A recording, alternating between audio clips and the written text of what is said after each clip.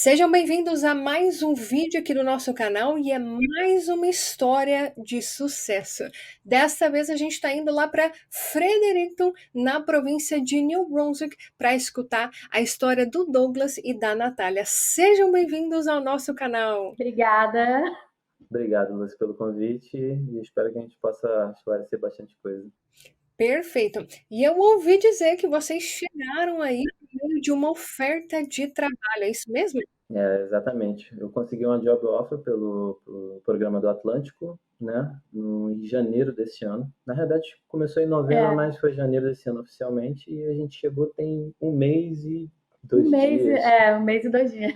Processo super rápido e eu quero conhecer um pouquinho dessa história desde lá do começo. Por que vocês tiveram essa ideia de mudar para o Canadá? Como que surgiu tudo isso? Quer que eu explique? Deixa ela começar. Peguei essa parte porque esse plano, para mim, já é tipo, muito, muito antigo, né?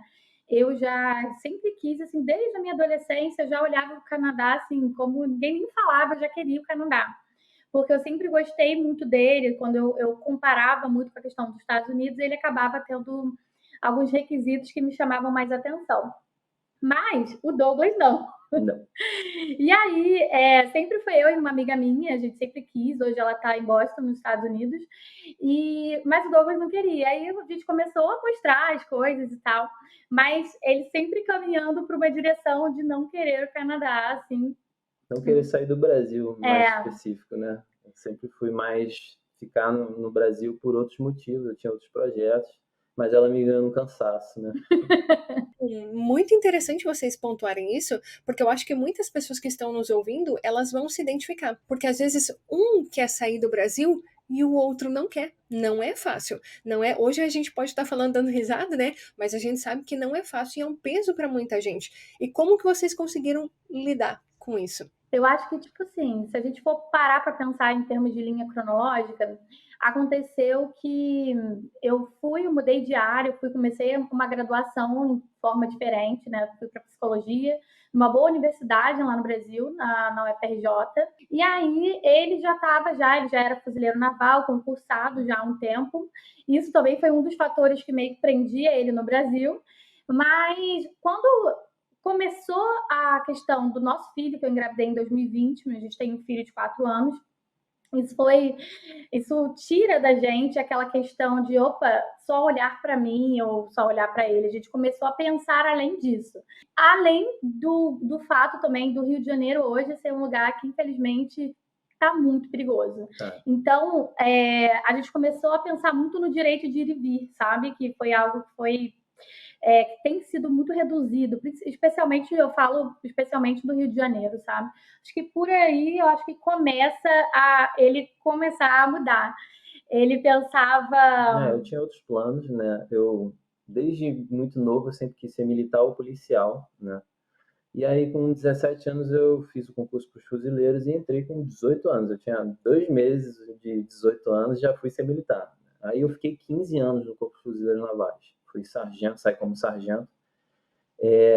Participei de diversas operações lá no Rio de Janeiro, diversas situações. A gente recém-casado, eu fui para uma das piores operações que teve, em 2014, foi o Complexo da Maré, que durou mais de um ano, e eu fui para o primeiro contingente, né? Então, foi bem tenso, eu tinha que ligar para ela todo dia para saber que eu estava vivo. Aí teve um dia que meu celular estragou e ela achou que eu morri. Mas enfim, deu tudo certo. A gente tem 10 anos de casado, né? Então a gente tinha ali meses de casado e eu fui nessa missão.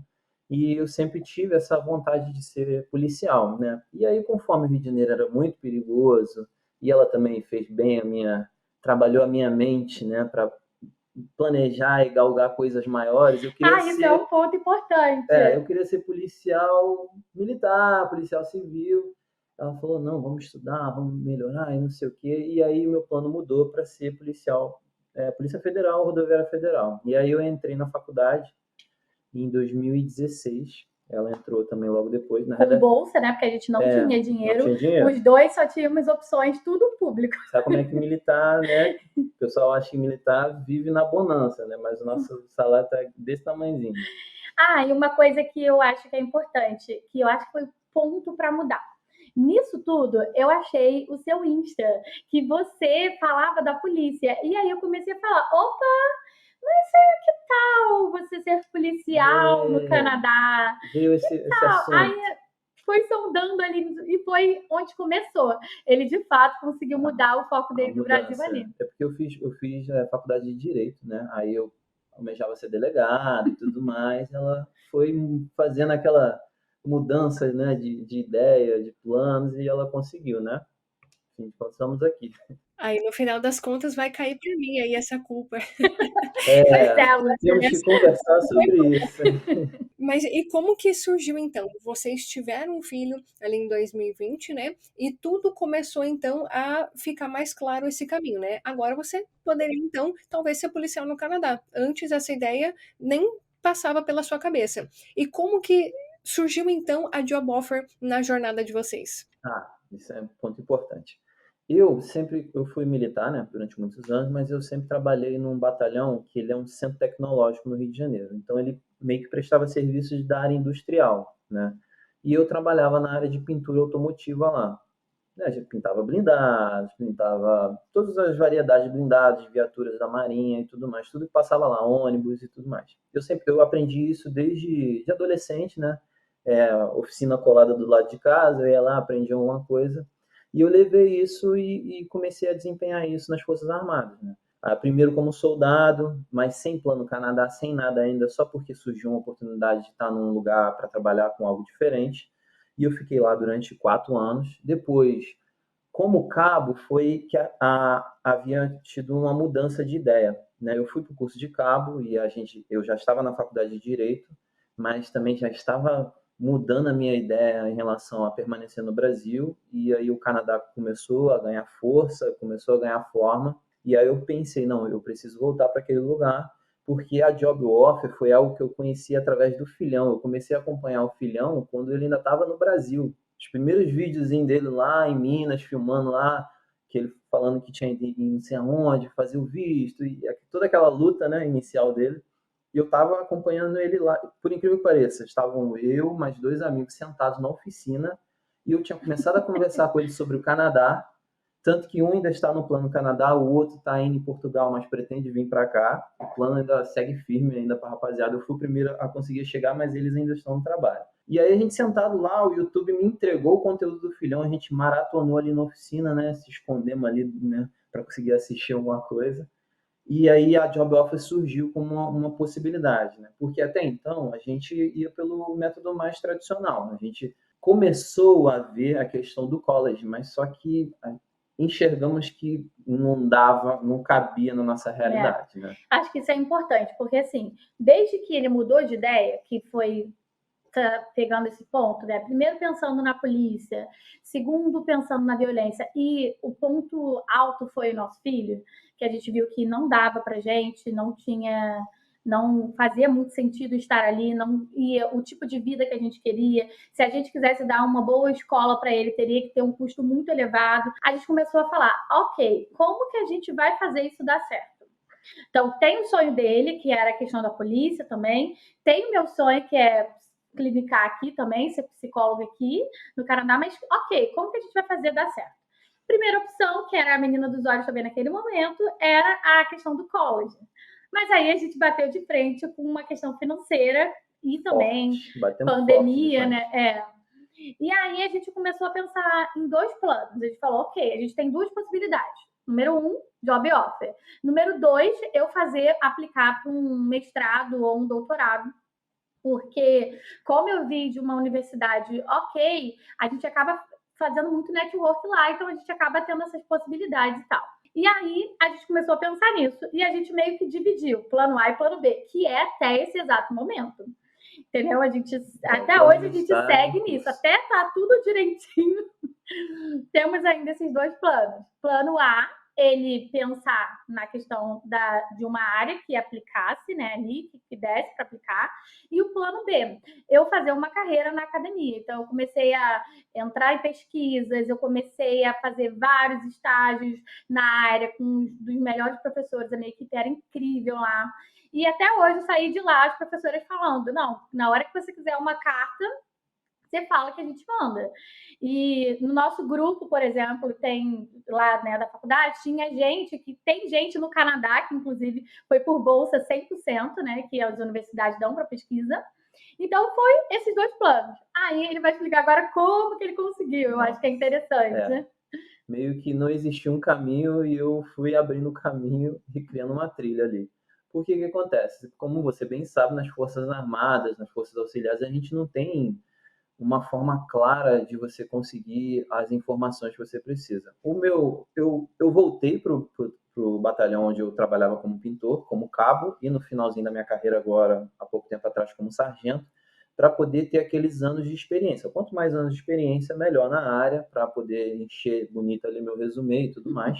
E aí eu voltei para lá. Só que como que eu ia conseguir uma carta de recomendação em inglês do meu oficial encarregado, do meu imediato, do meu comandante? Não existia. O que eu fiz? Criei uma. Peguei lá um template da Marinha, de uma comunicação interna, e criei de próprio, né, de uma maneira que eu respeitasse o que estava na legislação aqui do Canadá e que transmitisse a minha realidade de trabalho do dia a dia. E que respeitasse também a legislação de lá, do né? Brasil, porque tinha sem que conflitos, né? Tudo conforme. Então eu fiz um modelo e entreguei para o meu oficial encarregado, e ele já sabia desse meu plano Canadá, era uma pessoa que sempre me incentivou. Tenho gratidão eterna aos meus 2 oficiais, que um em cada momento, mas os 2 me apoiaram ali, meus chefes diretos ali, que me deram esse apoio e assinaram, botaram ali a assinatura deles ali. Sou muito grato a eles. E então eu apresentei para eles, eles viram, mostraram para o imediato do quartel, viu que estava tudo dentro do acordo, não tinha nenhuma ilegalidade. E aí aquele documento foi produzido de maneira oficial, assinado, timbrado ali, e eu já consegui até pular aquela parte da tradução em inglês. Eu perguntei para ele se eu podia já fazer em inglês, para poder só assinar e eu não gastar com tradução juramentada, que isso também é algo que gasta bastante. Que gasta dinheiro. E aí eu fiz isso. Consegui, essa minha primeira carta eu consegui como cabo, alguns anos atrás. E aí, o que aconteceu? Eu já estava basicamente com o tempo de experiência necessário, estava trabalhando meu inglês, né? Estudando inglês todos os dias, ali no horário do almoço, no quartel mesmo, ia pro cantinho lá, sentava quietinho, ficava estudando lá, fazendo só simulado do IELTS e melhorando ali todos os skills ali que eu tinha que ter. Eu não estudava inglês da gramática, eu estudava inglês pro IELTS. Acompanhava o Simon, acompanhava todo mundo que estava ali né? Você que está nos assistindo, já anota essa dica do Douglas. Já anota, porque esse é o erro da grande maioria, Douglas. A gurizada que está querendo vir para cá com job offer, meu amigo, abrace aquilo que vai fazer você sair do Brasil. Que é o quê? É a gramática? Não, é o teste de proficiência. É isso que vai fazer com que você saia do Brasil. Então anota já a dica do Douglas. Vou até deixar também o link do Instagram do Teacher Simon, que ele tem um curso preparatório para o IELTS. Vou deixar o link aqui na descrição para vocês também. E como que foi essa sua preparação para o IELTS, Como Douglas? aconteceu? Eu fiquei estudando para o IELTS, assim, a gente ia fazer o plano no Canadá acontecer antes da pandemia, só que infelizmente não deu tempo. Eu fiz o meu ECA, inclusive isso também é importante, eu fiz o ECA em novembro de 2019, se eu não me engano.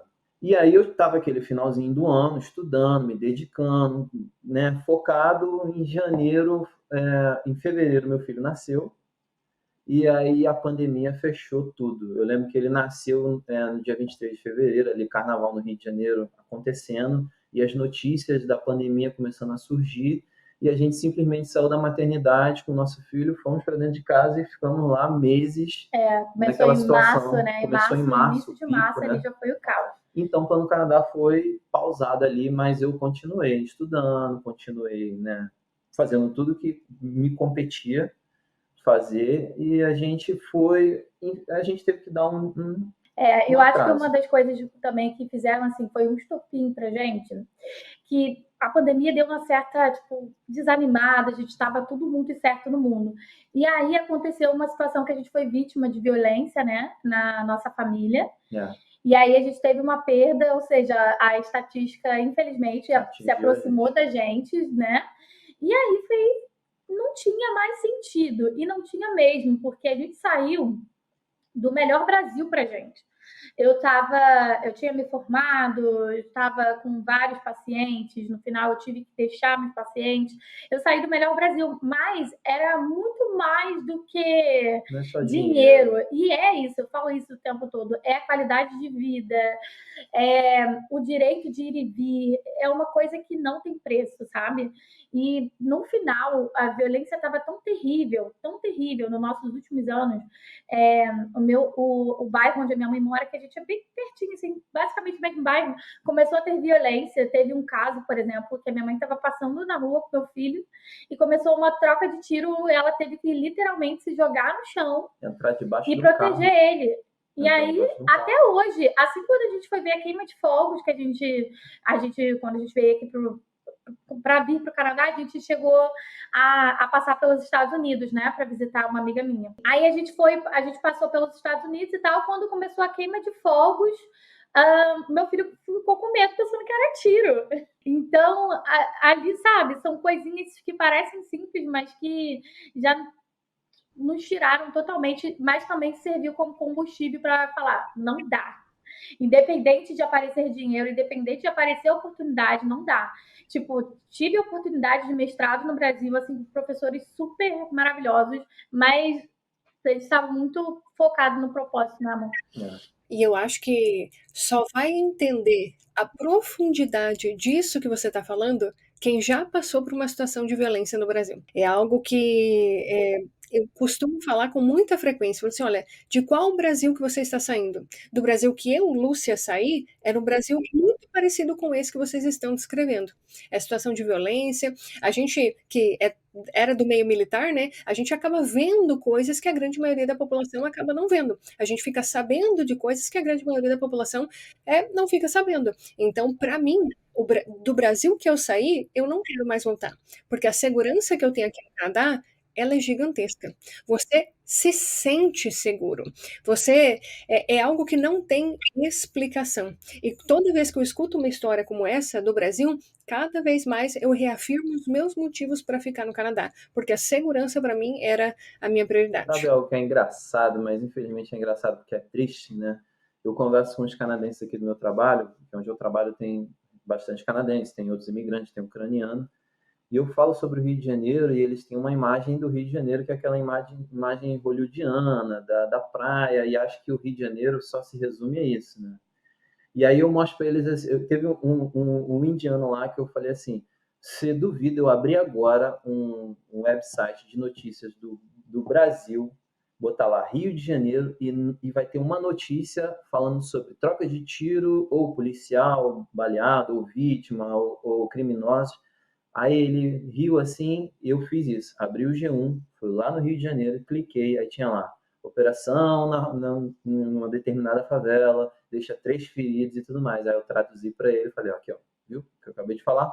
Mostrei para ele vídeo no YouTube, mostrei para eles não sabiam disso. E aí, unânime, quando eu falo, foi por causa disso que eu saí de lá. Aí eles, não, realmente você fez uma boa escolha, é bem melhor estar aqui do que estar aí no Rio de Janeiro. E como militar, eu atuei em algumas situações de operação e então a gente acaba virando um certo alvo também da criminalidade. Sim. E aí a gente tinha restrições, por exemplo, a gente já deixou de ir em aniversário porque em localidade tinha acesso à comunidade, não era nem comunidade, mas tinha acesso à comunidade. É horrível, era tão caótico assim, e especialmente depois do que aconteceu com a nossa família, que assim, ele tinha um tempo de chegar do quartel. Se ele passasse 5 minutos, 10 minutos, eu já começava a ficar meio que em pânico mesmo, sabe?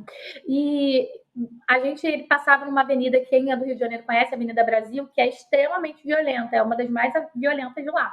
E assim, sempre tem história de militar que foi morto ali e tal. Então, aquilo começava exatamente. Aquilo começava a dar uma angústia tão grande, uma coisa assim que eu falei, cara, não dá para viver assim, não dá.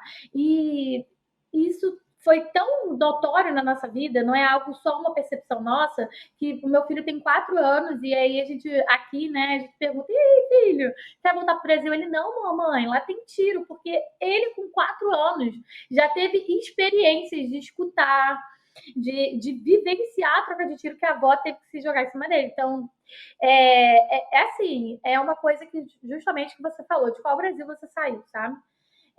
Não tem a ver com a questão financeira, não tem a ver com que eu serei rica no Canadá, não tem a ver com nada disso, tem a ver só com eu não quero mais esse tipo de qualidade de vida para mim, sabe?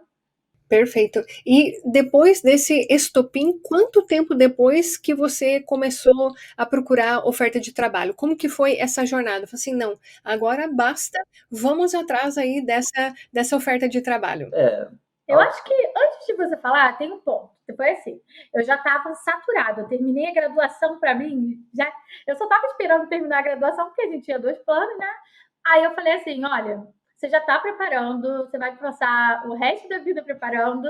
Então vamos fazer o seguinte, a gente vai marcar a prova. Se tiver ok até lá, bom. Se não tiver, a gente faz de novo. Combinado?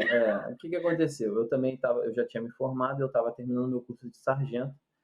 E aí eu ia ser distribuído novamente, eu consegui ser distribuído para aquele quartel justamente por conta da minha profissão, eu fui o único a ser distribuído antecipadamente, porque eles estavam precisando, e aí eu consegui voltar para lá, graças a Deus. E aí o que aconteceu? A gente estava nessa, vamos, né, eu vou fazer a prova, vou fazer, um dia eu vou fazer, vai chegar o momento que eu vou fazer, e você fica postergando, você nunca se sente preparado o suficiente. E aconteceu do filhão estar falando sobre uma feira de recrutamento que ia acontecer em São Paulo. E eu olhei a lista de profissões que tinha lá e tinha pintor automotivo. Eu falei, poxa, vou me inscrever. E era justamente aqui para New Brunswick. Eu fui lá, me inscrevi despretensiosamente, botei lá, mas eu já tinha o resumê pronto.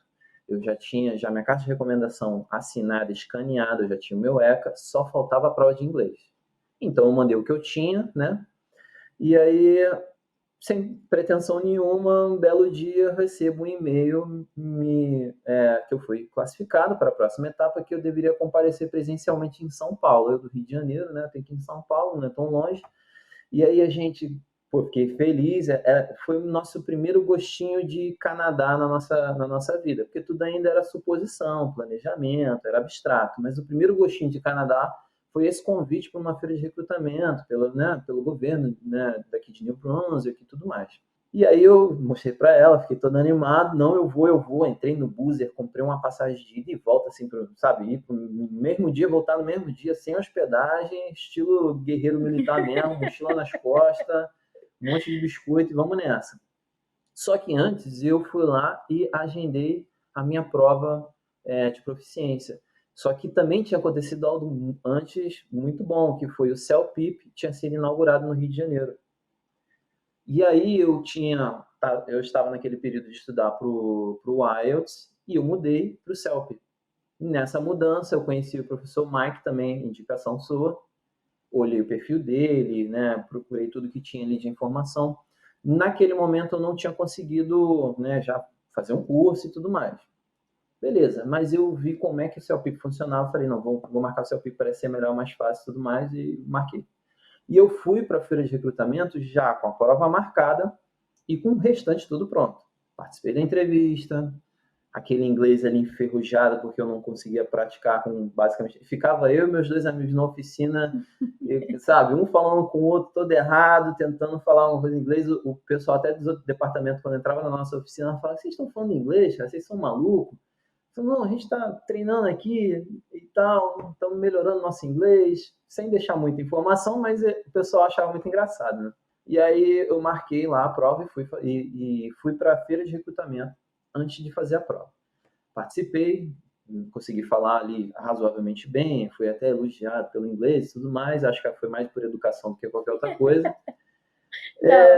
Mas aí, beleza. E nisso, eu saí da feira feliz e fiquei aguardando. Só que a data da prova chegou, 10 de novembro, eu lembro até hoje. Fui fazer a prova. Aí, né, você foca e fecha ali, abaixa a cabeça e vai. Você vai naquele objetivo ali. Eu estudei todos os dias, no meu horário de almoço, em casa, para o CELP, via vídeo, resolvendo questões, simulado, me preparei do melhor jeito que eu tinha e fui lá fazer a prova. Fiz a prova, consegui um CLB 7, Consegui ali, meu melhor CLB foi em listening, foi 10, e aí o restante foi tudo 7. Para mim tava ótimo, era mais do que eu precisava. Eu até ia falar agora, meus parabéns, guri, meus parabéns. É uma nota, assim, incrível, incrível, de primeira, incrível, meus parabéns. Obrigado. Mas até hoje eu acho que o meu inglês ainda é meio ruimzinho, que às vezes no trabalho eu dou uma travada, assim, o tico e o teco demora a pegar no tranco, mas depois eles vão. Mas eu tenho que até continuar, voltar a estudar, né, e tudo mais. E eu fiz a prova, dia 10, no dia mais ou menos 15 saiu o resultado, e no dia 15, dia 16, eu lembro que era um final de semana, não me recordo qual, eu resolvi aplicar. Abri lá o jobbank.gc.ca, botei lá as vagas de contratação internacional para poder, né, ter ali as melhores oportunidades. Incentivado, porque também no Muito começo incentivado, né? ele também estava muito inseguro. Eu falei, cara, não, já entra, vai lá. Porque eu lembro, eu não sei quem foi, não sei se foi você, se foi o Filhão, que ele falou assim, se você já tem ali, não espera estar também tudo 100% e tal, não espera, foi você, foi um vídeo seu, não espera estar 100%, aí eu mandei para ele, eu falei, vai. Foi uma live que você fez com outro rapaz, agora eu tô me recordando. Aí eu falei, vai, você vai aplicar. Enfim, eu tinha lá o resumê, tinha tudo pronto, falei, vou aplicar. Peguei 2 vagas na minha área de pintura aqui em Fredericton, 2 empresas que tinham LMIA e estavam cadastradas no IP. Beleza. Peguei só em ChatGPT, fiz ali uma introdução do e-mail, falando e tudo mais, e coloquei em anexo o meu resumê e enviei para essas 2 empresas. E foi isso. Basicamente, eu só enviei esses 2 e-mails. 2 dias depois, uma empresa me respondeu para marcar uma entrevista. Mais 4 dias depois, outra me respondeu. E a gente ainda achou no meio. Não, né? Não, responderam, né, por educação, sei lá, vamos ver o que vai dar isso aí. E eu não tinha mandado mais nenhum e-mail, porque eu estava esperando realmente o próximo final de semana, que eu ia fazer aquela enxurrada, né? Preparar todos os possíveis de todas as províncias aqui do Atlântico e tudo, porque o meu foco era Atlântico por conta do IP mesmo. E depois, se fosse o caso, eu ia tentar outros lugares que também tem boas oportunidades. Isso é muito importante, né? A gente, tipo assim, tem o que é o nosso sonho. Se você perguntar, o seu sonho é o Atlântico? Não era isso. Não. Mas eu acho que, por isso que eu até te agradeci muito no Insta, porque foi isso, a sua história também serviu para isso, ok? O que eu tenho de possibilidades para o mais rápido, né? Pela segurança, especialmente com o filho, a gente preza muito pela segurança. Então, não era o nosso sonho, assim. Antes, já há alguns anos, Halifax era, mas depois eu vi que, assim, não era a melhor e tal. Aí depois foi Calgary, mas, enfim, o ponto era que o mais objetivo para o momento era fazer sentido Atlântico, né? Conseguir estar aqui e fazer as coisas acontecerem o mais rápido possível, da melhor maneira possível. E aí, nesses 2 e-mails, eu agendei uma primeira entrevista de emprego online. Nunca tinha feito isso. Eu fui militar desde os 18 anos. Eu nunca tive um emprego CLT. Eu nunca brinquei de fazer entrevista nem nada.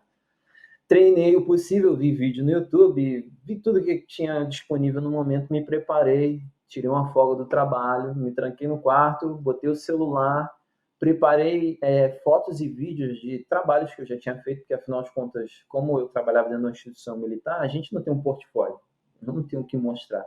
Então, nos meus últimos anos, eu já pensando nisso, eu comecei a salvar conteúdo.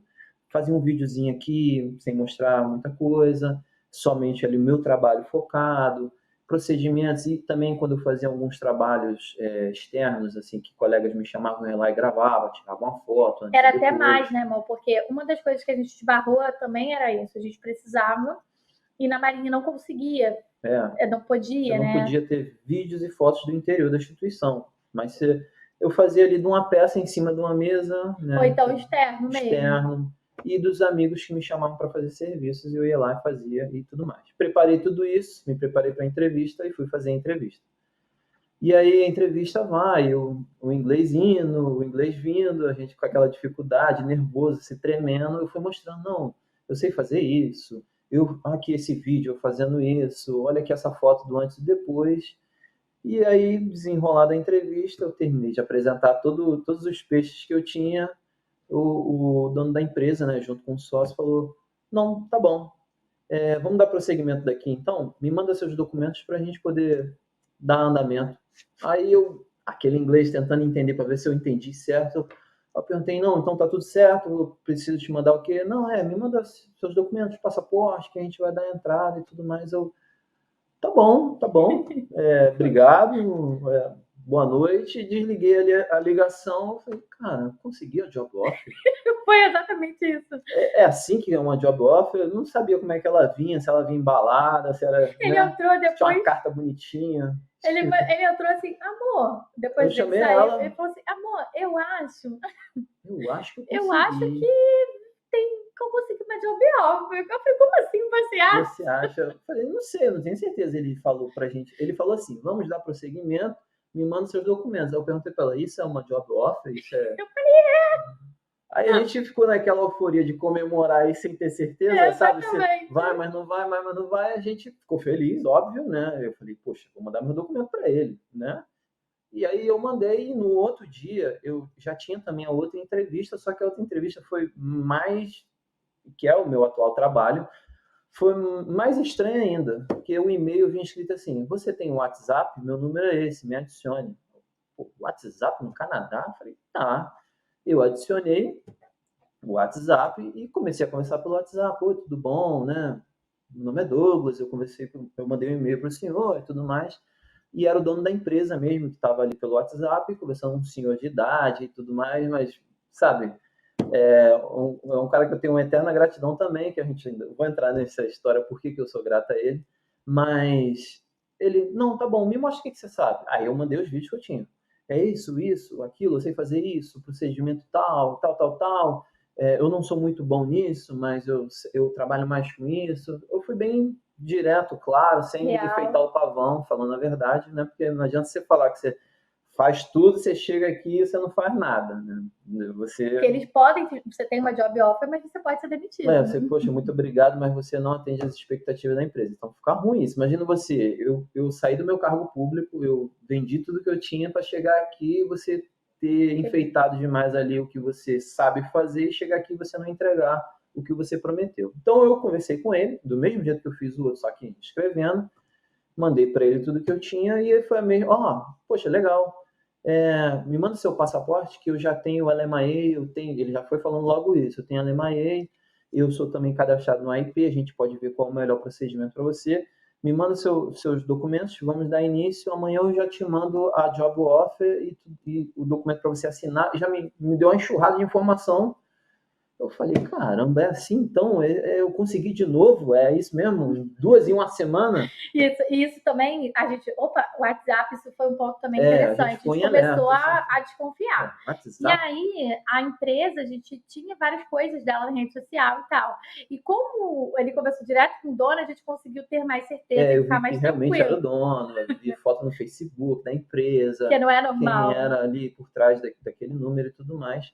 Eu até quero levantar uma questão aqui, que muita gente sempre acaba falando nas redes sociais, muita gente acaba divulgando. Recentemente eu até recebi uma mensagem em relação a isso, que muitas pessoas menosprezam o job bank. Eles acham que ali todas as vagas são vagas marcadas. E é inútil você aplicar para uma vaga no job bank porque você não vai conseguir uma oferta de trabalho. Muito pelo contrário. Muito pelo contrário. O Job Bank ele tem ferramentas que te facilitam encontrar empregadores que realmente estão buscando profissionais estrangeiros. Então, veja, mais uma história. Não é a primeira que aparece aqui no nosso canal, não. O Douglas aplicou para 2 vagas. Ele conseguiu 2 entrevistas. E dessas 2 entrevistas, ele conseguiu 2 ofertas de trabalho. Ele poderia escolher qual delas gostaria de aceitar. Então veja, quando você escuta por aí, o Job Bank só tem carta marcada, cuidado que você pode estar jogando fora uma excelente oportunidade. Eu na realidade eu nem usei o Indeed, nem outro site, eu só usei o Job Bank, desde o início assim eu sempre foquei muito no Job Bank, por conta da confiabilidade dele ser linkado com o governo e tudo mais. E aí, né, resumindo mais ou menos como tudo aconteceu, isso foi mais ou menos ali em novembro para dezembro. Dezembro, continuando ali as tratativas ali de manda documento para cá. E o que me fez decidir por essa empresa também, né? Que foi um ponto interessante.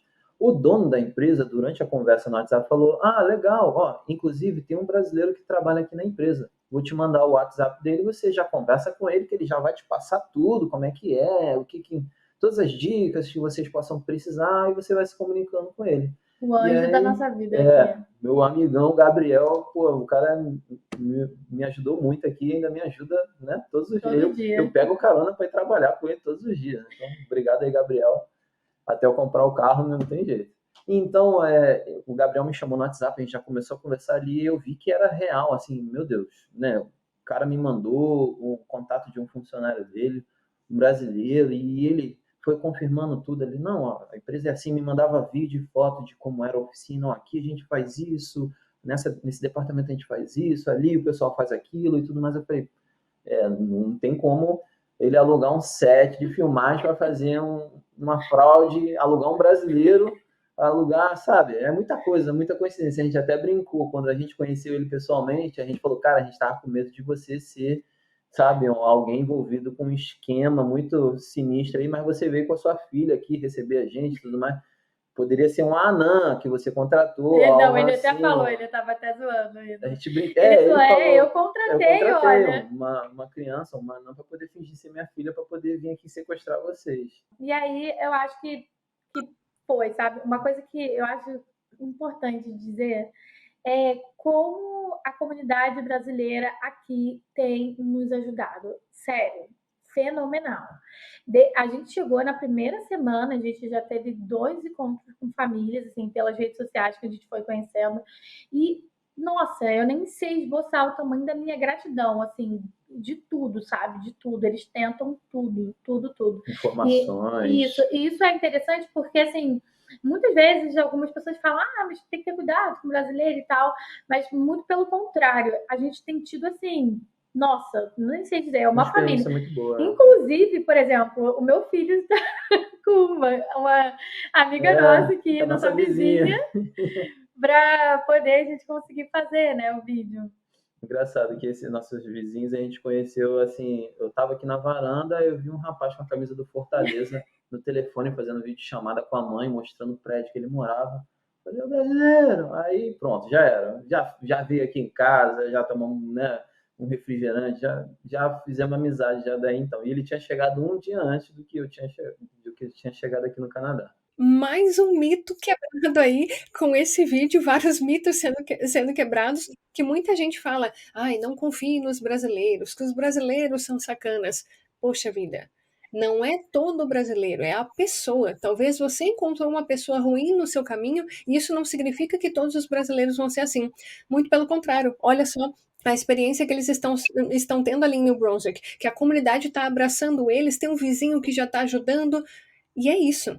Muitas vezes você acaba julgando uma nacionalidade inteira por causa de uma experiência que você teve aqui no Canadá. E você espalhando essa mensagem, você faz com que outras pessoas tenham até receio de se envolver com a comunidade, sendo que às vezes é a sua própria comunidade que vai te abraçar na sua recepção aqui, que vai te ajudar na sua adaptação aqui no Canadá. É justamente algo que eu vejo até nas outras, né, as outras nacionalidades. O povo é muito unido, sabe?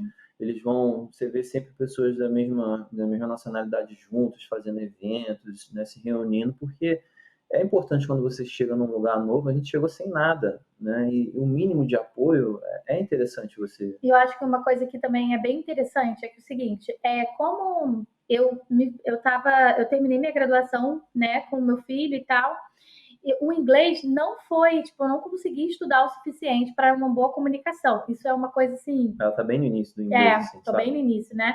E ali a gente estava bem limitado, a gente teve que fazer escolhas. Então, por exemplo, como eu consegui emprego rápido e meu emprego deu recurso financeiro mais rápido, me dediquei 100% a ele. Sabe, eram as possibilidades, sabe? Que eu até falo, é muito ruim estar aqui sem inglês. Quem pode, não deixe, estude no Brasil e tal. Mas uma das coisas que eu queria falar, que isso também da comunidade brasileira quebrou o mito para mim, foi isso, que esse casal que a gente conheceu, o rapaz, ele fala inglês normal e a esposa não. E uma das coisas que sempre me falavam era, se junta com brasileiro por causa do inglês e tal. E a gente tem se juntado para as duas crescerem nesse aspecto. Então ela vem aqui para casa, a gente estuda juntas, a gente está tentando. Ela estava aqui fazendo os cards para a gente se comunicar e tal. Então eu acho que é muito também da intenção e do propósito no qual você veio para cá. Então a gente não deixou isso se perder. Ok, agora é o inglês, vai ser isso, sabe? E até interessante, né? Quando a gente chegou aqui, a gente fez algo, né? A gente falou, ok, dá para eu não trabalhar nesse primeiro mês? Dá. Então, vamos focar. Primeiro não, né? Nos 3 primeiros meses, vamos focar. E aí, eu consegui aqui, a província é maravilhosa, te abraça de uma forma, assim, surreal. Eu consegui inglês, o curso de inglês, e eu tô fazendo, e esse é o foco. Tô indo, sabe? E eu acho que uma coisa também interessante é pensar nisso. Como que a província que você vai escolher te abraça? A nossa, eu recebi o direito do curso de inglês, e não só isso, como eu tenho filho, ele tem direito a daycare de graça enquanto eu estiver no curso. Então, eu faço o curso e o meu filho fica na daycare. Que esse também era, assim, uma das coisas que a gente estava sendo difícil pra gente. Porque ele já estudava e ele sempre ele começou a cobrar, mamãe, eu vou pra escola quando? Só que como ele não tem a idade, né, porque aqui para entrar na escola são 5 anos, só com 5 anos, a gente tinha que segurar financeiramente também a questão da daycare. E aí, essa questão da província, dessa possibilidade, ajudou a gente de 2 formas. Tanto dele estar com contato também com o inglês e tal, de ele estar com contato com outras crianças, e eu também consegui estudar o inglês, né? Perfeito, um dos pontos que eu mais acabo falando aqui no nosso canal, inclusive vou até deixar alguns vídeos de recomendação para vocês aqui na descrição, porque a escolha da província é uma das mais importantes nessa sua jornada. É o que vai facilitar ou dificultar a sua jornada de imigração, é o que vai facilitar ou dificultar o acesso aos benefícios aí do governo e vai transformar a sua vida entre ser uma vida mais fácil ou ser uma vida mais difícil. Então tome muito cuidado aí na escolha, principalmente se você está vindo para cá para conseguir a residência permanente, tá? Esse é um ponto bem importante. E eu tenho uma pergunta. E como que foi? Só Você aplicou ali para sua vaga em novembro, já recebeu a resposta e agora em julho que vocês chegaram no Canadá, certo? Não, E vocês fizeram o que aconteceu? Eu apliquei oficialmente ali, né? Subi os documentos no site do governo federal no final de janeiro, início de fevereiro. Porque a gente, né, tinha um monte de coisa para resolver e eu estava esperando realmente tá tudo alinhado, sabe? Tudo certinho. Eu precisava também. Porque eu pensava em pedir meu afastamento temporário. E aí entrava várias questões burocráticas envolvendo isso. E aí eu tinha que ter, porque como eu tinha concluído o curso de sargento, eu precisava fazer um ano de estágio, meu ano de estágio só acabava em fevereiro, e se eu saísse de licença temporária antes do término do estágio, se eu retornasse eu não seria mais promovido, tinha toda uma questão jurídica envolvendo isso, e aí eu dei aquela segurada no processo, mas mantendo contato sempre com o empregador, falando, ó, estou providenciando esse documento. Realmente, a gente tinha documentos para providenciar. E também teve Natal, teve as festas, Natal, né, que paralisaram janeiro. também. Então, em janeiro eu tirei férias, né? Tirei férias das Forças Armadas e eu me dediquei inteiramente a fazer o documento, fazer tudo sair. Então, eu fiz a minha aplicação do visto de trabalho, eu mesmo fiz.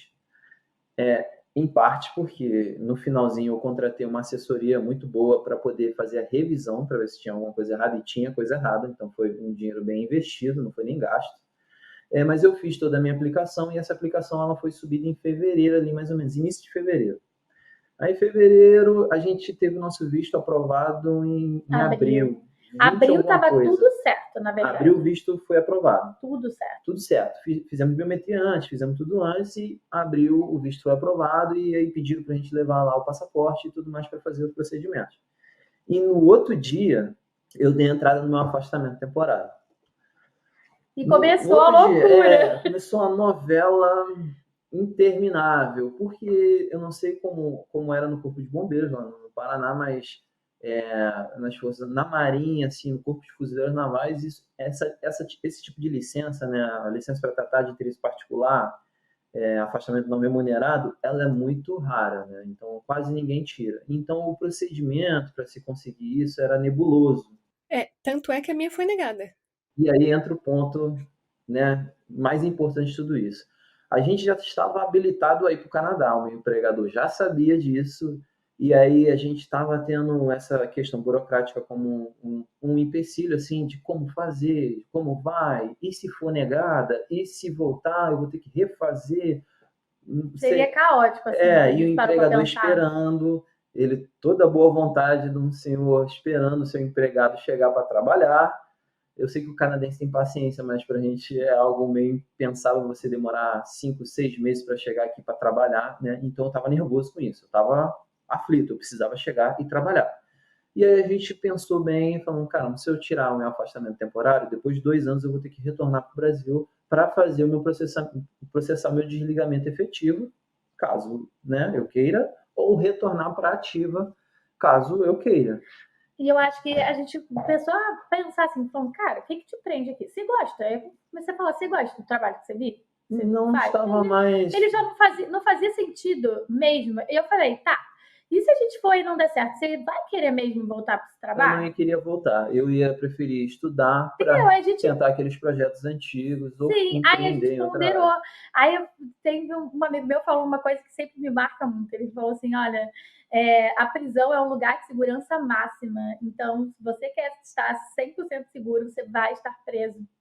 E isso é uma coisa que eu levo para minha vida toda. E eu falei isso com ele, falei, cara, então não faz sentido. A gente vai ficar perdendo um tempo que pode ser negado e não te faz feliz, não fazia mais.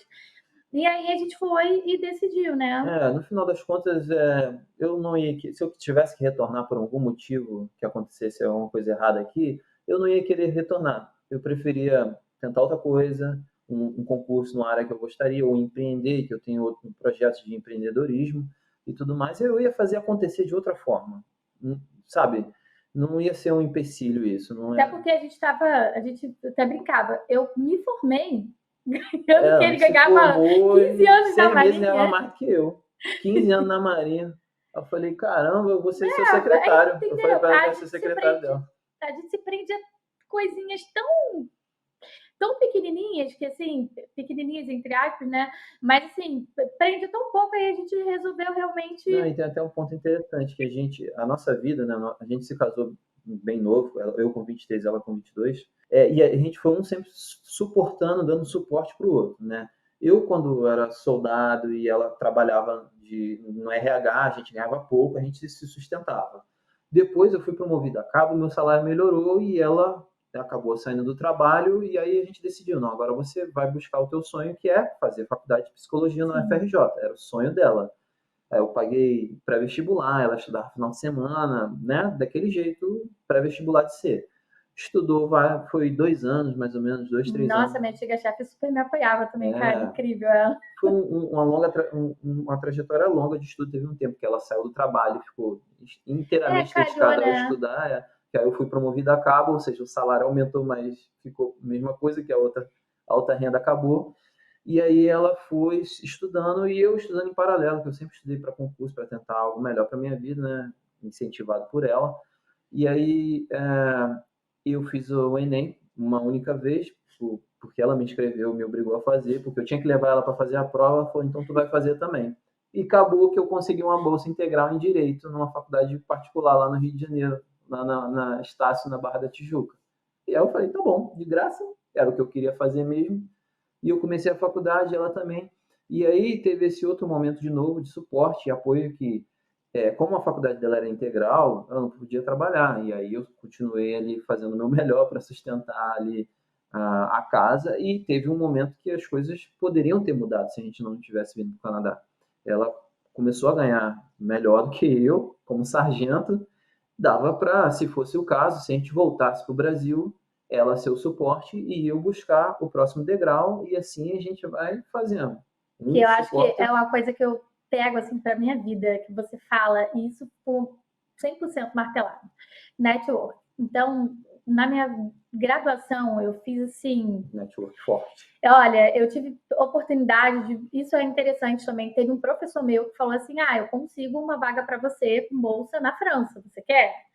Então, eu não queria, porque eu tinha um sonho tão grande assim do Canadá, que para mim era específico, eu não queria ir para lá. Mas o poder do network. Ele te abre portas assim incríveis, incríveis. Até ouvindo a história de vocês, eu me lembro bastante da minha história, porque eu acabei pedindo exoneração. E foi justamente o mesmo pensamento. Eu já não estou mais feliz nesse cargo, né? E eu sei que tem muitos funcionários públicos que estão nos assistindo. E às vezes, quando você está dentro da gaiola, você não consegue enxergar o que tem do lado de fora. Você vê alguns pássaros voando, mas você pensa, nossa, mas como é que esse pássaro consegue voar, né? Aqui fora da gaiola. Sendo que a comida está aqui dentro da gaiola, né? Tem comida sempre aqui, eu não preciso voar buscando comida. Só que uma vez que você sai do funcionalismo público, você começa a enxergar por que tem tantos pássaros voando? Você começa a enxergar uma outra realidade, a realidade fora da gaiola.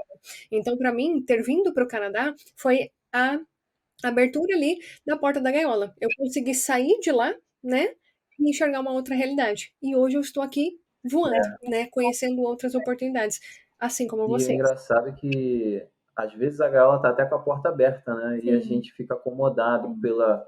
Porque nas Forças Armadas, no serviço público como um todo, a gente tem a estabilidade. E a sensação que a estabilidade te dá é uma prisão de portas abertas. Porque você pode voar para coisas melhores. Às vezes essas coisas melhores elas requerem um pouco de risco, um pouco de dedicação extrema, um pouco de fé, e você está ali acomodado dentro da gaiolinha, a porta está aberta, a gaiola está aberta, você poderia sair, mas você fica preso. E é engraçado porque quando eu pedi a baixa, né, fiz o meu documento lá pessoal para o departamento pessoal, falando eu quero meu licenciamento do serviço ativo. Esse documento tão tenebroso para alguns, eu virei meio que um rumor dentro do batalhão. Você ficou sabendo? Pô, o sargento fulano de tal, ele tá indo embora, ele pediu baixa, ele vai sair sem nada, porque depois que a gente estabiliza, a gente não tem remuneração. Esse é outro ponto. Militar não tem FGTS, não tem nenhum tipo de benefício, saiu depois de estabilizado, Já era. 2 tapinhas nas costas, muito obrigado pelos seus serviços e vai em frente. E aí foi isso que aconteceu. E aí as pessoas me perguntando, pô, mas o que tu vai fazer? Pô, não. Tinha gente preocupada, falando, cara, tu tem certeza que você tá fazendo, cara? Pensa bem, você tem filho, você é casado, o que você vai fazer, cara? Que não sei o que. Eu falei, não, já tá tudo já encaminhado. E eu só fiz isso depois que meu visto foi aprovado. Eu não falei, não, vou fazer isso, né? O visto aprovado tá aqui no papel, eu posso pisar em terras canadenses, então agora eu vou fazer. E aí, quando eu botei o documento da baixa para correr e eu fiquei ali em cima, né, para poder andar o mais rápido possível, eu fui motivo de parabenização e de preocupação ao mesmo tempo, né? As pessoas preocupadas, o que eu ia fazer da minha vida, por que eu estava largando ali a estabilidade das Forças Armadas de concursado e o que eu estava indo fazer e aonde eu estava indo e tudo mais. Então, e depois que eu fui explicando, não, gente, então, eu estudo para ir morar em outro lugar como se eu estivesse estudando para um concurso. Eu me dediquei horas estudando, me preparando, anos e anos, e eu passei nesse concurso tão esperado. Eu estou com o meu visto e eu estou indo embora com a minha família. Eu consegui visto para minha família. A gente vai aplicar para a gente costuma falar assim, green card canadense, né? Porque a maioria das pessoas só conhece green card dos Estados Unidos. Se falar residência permanente, eles o que é isso? Então eu falei, não, eu basicamente estou encaminhado para isso, então tá tudo tranquilo, não estou fazendo loucura, né? Eu não estou, sei lá, fazendo uma aventura. É uma aventura, mas é uma aventura pensada. Eu estudei para isso, eu me preparei para isso e agora eu estou colhendo os frutos disso. E tem uma hora que você tem que decidir. Você conseguiu, vai ou não vai? E eu tive que decidir, eu vou deixar de lado 15 anos de Forças Armadas, praticamente ali na metade do caminho da tão sonhada aposentadoria integral, que daqui a pouco, às vezes, nem pode ser mais integral, a gente não sabe. Sim. Mas eu decidi, tomei ali a decisão e fui com medo, muito, apavorado, bastante, mas eu fui assim mesmo. E uma coisa que eu sempre assim, penso e que a gente sempre trabalha junto na questão do nosso pensamento é o seguinte, cara, a gente saiu de um não lugar. As coisas não eram acessíveis pra gente. Muitas pessoas já veem, eu entendo e tal, quando você já tem tudo muito acessível. Mas a gente veio de um não lugar e a gente construiu um caminho nesse não lugar, sabe? A gente ocupou um espaço no Brasil também. Eu falei que sai um país que me permite possibilidades. Eu não tenho medo, eu não tenho. Eu fiz acontecer com muito menos recursos, A sabe? gente veio de família pobre no Brasil. Sim, Minha mãe era doméstica, meu pai motorista de um ônibus, assim, sabe? Instrução fundamental. Eu fui o primeiro a ser bacharel em direito na família.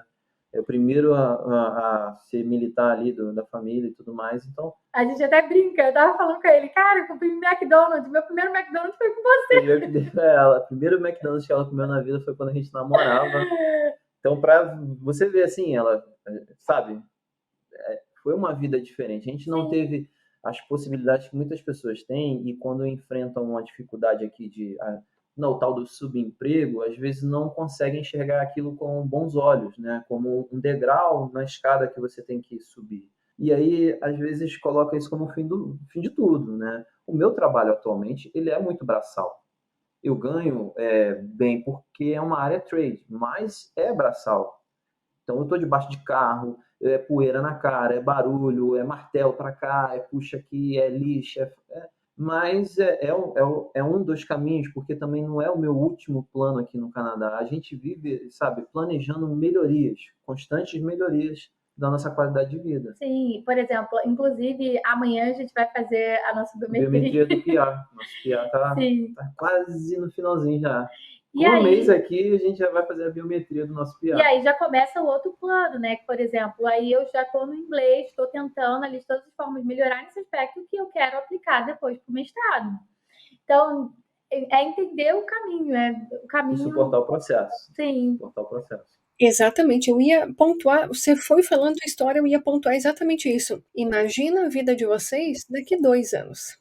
Agora você está aplicando, né? Já aplicou, né, para o PR. Daqui a pouco recebe o PR, tem mais benefícios ainda para vocês com o PR. Daqui a pouco você ganha uma bolsa de mestrado, aquela bolsa lá atrás que você estava buscando tanto, você consegue uma bolsa de mestrado para você estudar. Daqui a pouco você vai ser psicóloga aqui no Canadá.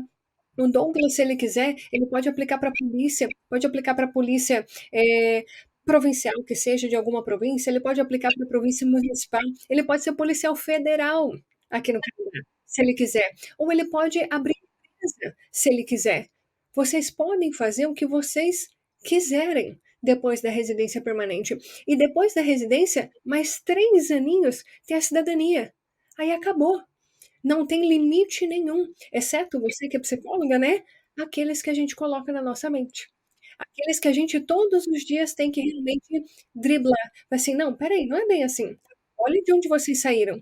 Olha onde vocês estão. Mas olha para onde vocês podem chegar em pouco tempo. Então é isso que eu acho o mais interessante dessa jornada quando você chega aqui no Canadá com oferta de trabalho, né? É muito menos recurso financeiro que você acaba empregando, você consegue, ainda mais ali nas províncias do Atlântico, já conseguir aplicar para residência permanente e em pouco tempo você tem um salto de vida muito significativo. Então, daqui a pouco, a vida de vocês vai mudar ainda mais. Já pensou nisso? Sim, e é engraçado, porque assim, como eu te falei, eu estava numa ótima área, assim, eu tenho um contato muito grande com as minhas professoras e tal da universidade, e elas foram assim, cara, vai, Natália, vai, e é isso, você conseguiu aqui, você consegue e tal. Esse desprendimento, né, que elas têm também, e também de saber onde eu posso chegar aqui também. Elas mesmas falaram isso, vai ser ótimo para o seu filho, vai ser ótimo, todas as duas, assim, especialmente duas que eu trabalho bem de perto com elas, super, super, super me incentivam, sabe? E não para, porque, por exemplo, aqui no Canadá eu já tive reunião da gente ver coisas de pesquisa no Brasil, então as coisas não param, sabe? Não é porque eu tô aqui que eu literalmente parei as coisas, sabe? Muito pelo contrário. Eu tava até brincando, opa, agora eu tô mais ok, a gente pode pensar aí em um artigo, sabe? Porque eu tenho muito esse objetivo mesmo, né? A gente veio para cá com uma coisa, mas a gente sabe onde a gente quer chegar. Isso É engraçado essa questão, é porque o planejamento, às vezes, ele pode ser um pouco longo, mas se você planejar bem e executar bem, vale muito mais a pena do que você vir, às vezes, no desespero, na emoção, querendo logo estar aqui, que todo mundo quer logo estar aqui, e você ter um percurso maior do que você precisava ter. Às vezes a gente planejando, porque a gente criou o planejamento e fez ele acontecer. E aí, hoje, você vê, a gente está um mês aqui no Canadá e a gente já vai fazer a biometria amanhã, daqui a alguns meses, semanas, a gente vai estar com o nosso PR. Então, o nosso planejamento foi bem extenso, mas a nossa execução está sendo curta para se firmar que a gente tem uma grande amiga nossa que ela está no planejamento também. Ela nunca trabalhou na área de cozinha, sempre cozinhou muito bem, a gente sempre fez as coisas muito juntas, assim, mas ela nunca trabalhou com isso. Trabalhava em outra área distinta, sempre fez outras coisas da vida, mas vendo o nosso projeto, o nosso desenrolar e a nossa conquista, né, que está acontecendo, ela meses, já está quase fechando um ano de experiência num restaurante, num shopping, na cozinha, que é a área aqui de cookie tem uma grande demanda, tem LMAE aqui na cidade, a gente já está até vendo para ela, ó, já conseguimos para você um LMAE, está cadastrado no IP, faz aí seus documentos, faz tudo, aplica para cá, a gente ajuda você a se estabelecer aqui. Então, são questões que ela nunca trabalhou na cozinha, ela está sofrendo, a carga horária é grande, o trabalho é desgastante, mas ela está se destacando, ela está tendo grandes resultados, está sendo reconhecida por isso, porque ela está empenhada em aprender, ela está empenhada em fazer o melhor dela. Já fez curso em São Paulo, já teve reconhecimento ali do gerente da empresa e até de treinadores, ela já deu treinamento para treinadores. Ela tem nem 7 meses na profissão e está dando treinamento para quem vai dar treinamento. Você já tem propósito, eu acho que isso é uma coisa que faz toda a diferença. Quando você já tem um propósito, você olha ali, você já sabe onde você quer chegar. Você sabe. E isso está fazendo diferença para ela, e isso faz diferença também na nossa vida, né? E ela está suportando o processo, porque ela está sofrendo, mas ela está suportando o processo e ela vai suportar até ela conquistar o objetivo dela. E aí, essa é a diferença. Sim, e eu acho que uma coisa que eu costumo muito pensar é, beleza, não fica assim estabilizado. Se coloque sempre ao esforço, né? Porque, por exemplo, a gente chegou aqui e, ok, a gente está marcado a nossa biometria amanhã, mas a gente estava conversando, ok, vamos começar o francês? Ou ele, né, no caso, tá, e aí, vai começar o francês? A gente está sempre estudando possibilidades que nos façam realmente sair do lugar que a gente está. Né? Porque tá ótimo e tal, a gente chegou, mas a gente tem um outro lugar que a gente quer chegar aqui, sabe? E eu acho que isso é muito importante. E também, eu acho que uma coisa interessante é fica de olho ao processo, as coisas mudam assim, e se você tiver preparado, você consegue não ir contra a maré, mas surfar nela. Uma coisa que a minha professora falou para mim, Natália, surfa na maré, porque a gente abriu um mestrado lá no Brasil, e aí, tipo assim, era na minha área, top, super, sabe, ok, mas eu queria ele estar aqui.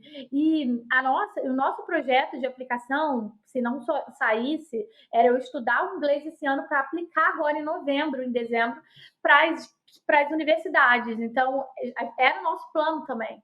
E aí, a gente viu outras possibilidades e surfou nisso, e hoje a gente está aqui, né? A gente tinha plano A, plano B, plano C, mas todos os planos se voltavam a conquistar estar aqui, né? Por vários meios diferentes. Sim.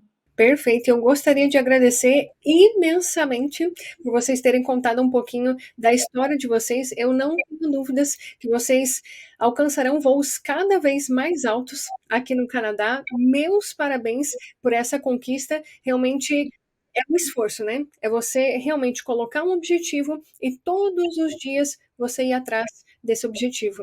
Então, olha, eu garanto que a história de vocês teve muita utilidade para várias famílias que ainda estão no Brasil e estão nesse planejamento, né? Poxa, como será que eu faço?